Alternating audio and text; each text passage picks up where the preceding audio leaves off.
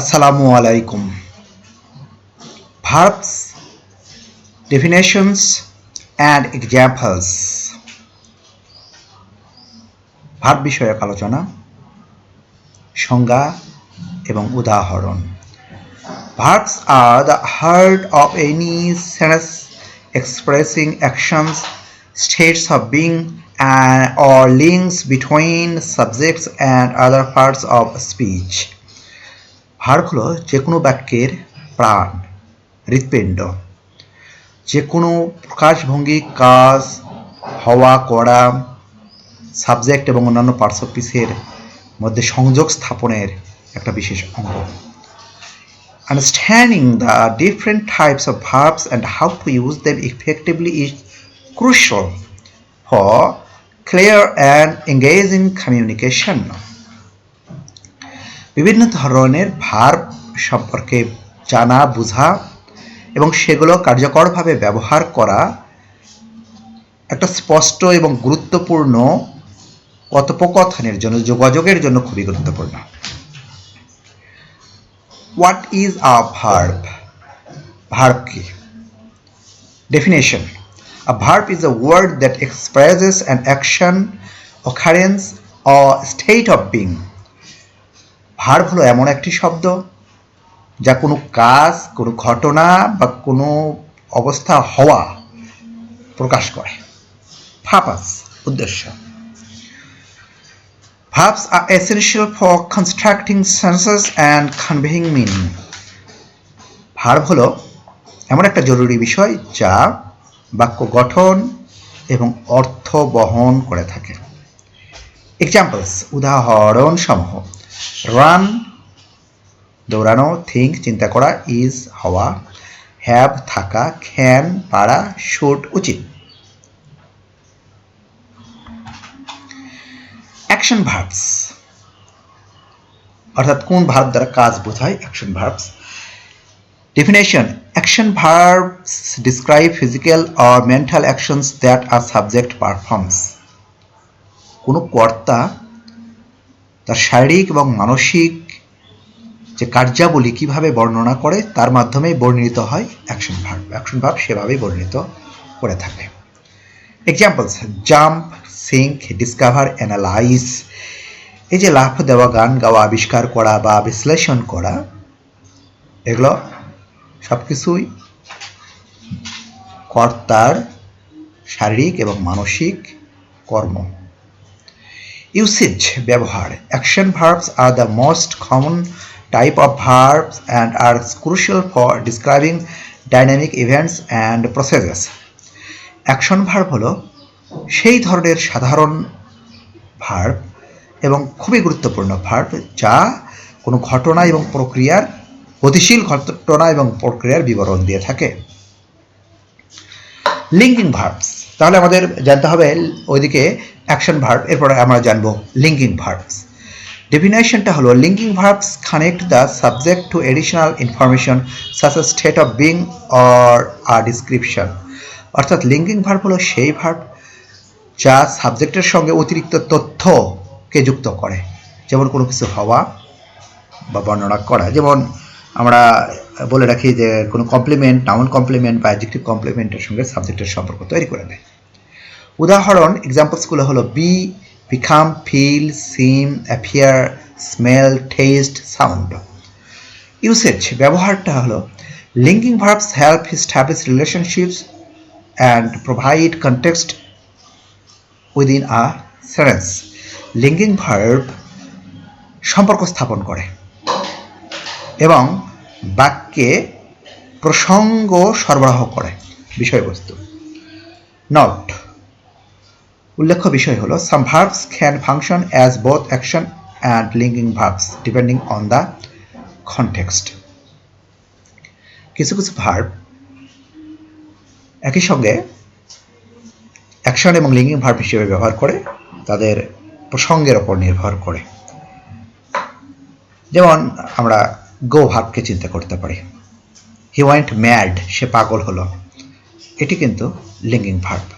আবার he went to college, সে স্কুলে গেল, এটি কিন্তু হি ওয়েন্ট টু কলেজ, এটি কলেজে গেল, এটি কিন্তু action verb. Okay, helping auxiliary verbs, সাহায্যকারী ভার্ব। ডেফিনেশনটা হলো হেল্পিং বা or auxiliary verbs work together with the main verb to express tense, voice আর মুড।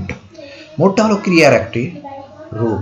ওকে, যে টেন্স, ভয়েস এবং মুড প্রকাশ করার ক্ষেত্রে মূল ভার্বকে সহায়তা দানকারী ভার্ব বা মূল ভার্বের সাথে কাজ করা ভার্বই হলো হেল্পিং ভার্ব। যেমন can, could, may, might, must, shall, should, will, would, have, has, had, and is, are, এগুলো হলো সব হেল্পিং ভার্বস। ব্যবহারটা হলো auxiliary verbs provide additional context and nuisance to the main verb, allowing for more precise and complex expressions. অর্থাৎ আগেই বলেছি যে মূল ভার্বকে সাহায্য করা। ওকে, যদিও এই ভার্বের স্বতন্ত্র কোনো অর্থ হয় না, কিন্তু এটি ছাড়া আবার টেন্স, ভয়েস, মুড গঠন করা যায় না। যেমন আই অ্যাম প্লেয়িং, এখানে এম এর বিশেষ কোনো অর্থ নাই। প্লেয়িং মানে হলো খেলা করা, আমি খেলছি, অর্থটা এম এর না বরং প্লেয়ের অর্থ আসলো, কিন্তু এম বিনা কিন্তু প্রেজেন্ট কন্টিনিউয়াস টেন্স হতো না বা এই ভার্বের কোনো ব্যবহার সঠিকভাবে প্রকাশ পেত না। এই জন্য এমটা হলো সাহায্যকারী ভার্ব আর প্লেটা হলো principal verb. Transitive and intransitive verbs, আমাদের সকর্ম অকর্ম ক্রিয়ার দরকার। Transitive verbs requires a direct object to complete the meaning. Transitive ভার্বের কিন্তু একটা দরকার হলো মুখ্য কর্মের দরকার তার অর্থটা পরিপূর্ণ করার জন্য। They describe an action that is directed or at something or someone, আর সেটা কোনো কাজের বর্ণনা করা যায় যা কোনো ব্যক্তির দিকে অথবা কোনো কিছুর দিকে পরিচালিত হয়।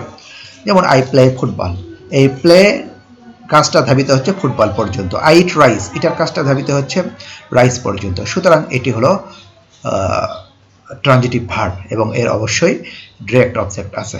ওকে, সাধারণত ডিরেক্ট অবজেক্টটা বলা যায় যে অব্যক্তিবাচক অবজেক্ট, আর ইনডিরেক্ট অবজেক্ট হলো গৌণ কর্ম, সেটি ব্যক্তিবাচক অবজেক্ট সাধারণত। ইনট্রানজিটিভ ভার্বস, অকর্মক ক্রিয়া। Intransitive verbs do not require a direct object. ইনট্রানজিটিভ ভার্বের মুখ্য কর্মের প্রয়োজন পড়ে না। They describe actions or states of being that are self content, আর এই ধরনের ভার্বের মধ্যে অর্থগুলো নিহিত। যেমন হি ইজ রানিং, এই রানের মধ্যেই কিন্তু দৌড়ানো এবং দৌড়ানো কাজটা করা অর্থটা নিহিত। সুতরাং এটার কোনো অবজেক্টের প্রয়োজন নাই, সুতরাং এটি ইনট্রানজিটিভ ভার্ব। উদাহরণ এখানে দেওয়া আছে, যেমন ইট দ্য অ্যাপল আর love, he loves, I sleep, they run, এগুলোর কোনো অবজেক্ট প্রয়োজন পড়ে না, এই জন্য ইনট্রানজিটিভ ভার্ব। আর ইটের আপেলটা হলো অবজেক্ট এবং সেটি transitive verb. Okay, regular and irregular verbs, আমরা এই রেগুলার এবং ইরেগুলার ভার্বগুলো সম্পর্কে একটু জানি। রেগুলার ভার্ব হলো যে verbs that follow standard patterns for conjugations and tense changes. Tense এবং ক্রিয়ার রূপ পরিবর্তনের জন্য যে ভার্ব সাধারণ নিয়ম নীতি মেনে চলে সেটি হলো রেগুলার ভার্ব। আর ইরেগুলার ভার্বগুলো এটি কিন্তু আসলে ওই রকম ফর্মগুলো মেনে চলে না, তবে বিশেষ বিধান রয়েছে। তো আমরা আসলে এই রেগুলার ইরেগুলার ভার্বের, যেমন আমরা স্ট্রং ভার্ব এবং উইক ভার্ব জানি, যে আসলে স্ট্রং ভার্বগুলোই ইরেগুলার ভার্ব আর উইক ভার্বগুলো হলো রেগুলার ভার্ব। অর্থাৎ যে ভার্বগুলোর সাথে ডিইডি যোগ করে করা হয় এগুলো যেরকম আমাদের উইক ভার্ব, তেমন এগুলো হলো রেগুলার ভার্ব।